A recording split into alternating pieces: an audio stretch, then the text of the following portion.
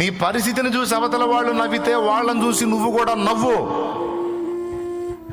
నీ హీన స్థితిని బట్టి నువ్వు పొందిన అవమానాలను బట్టి వాడు నవ్వితే నీ నవ్వులన్నీ సిగ్గుతో తల దించుకునే రోజు ఒకరోజు వచ్చిద్దిరా అని వాడి వైపు చూసి నువ్వు గంభీరంగా నవ్వు.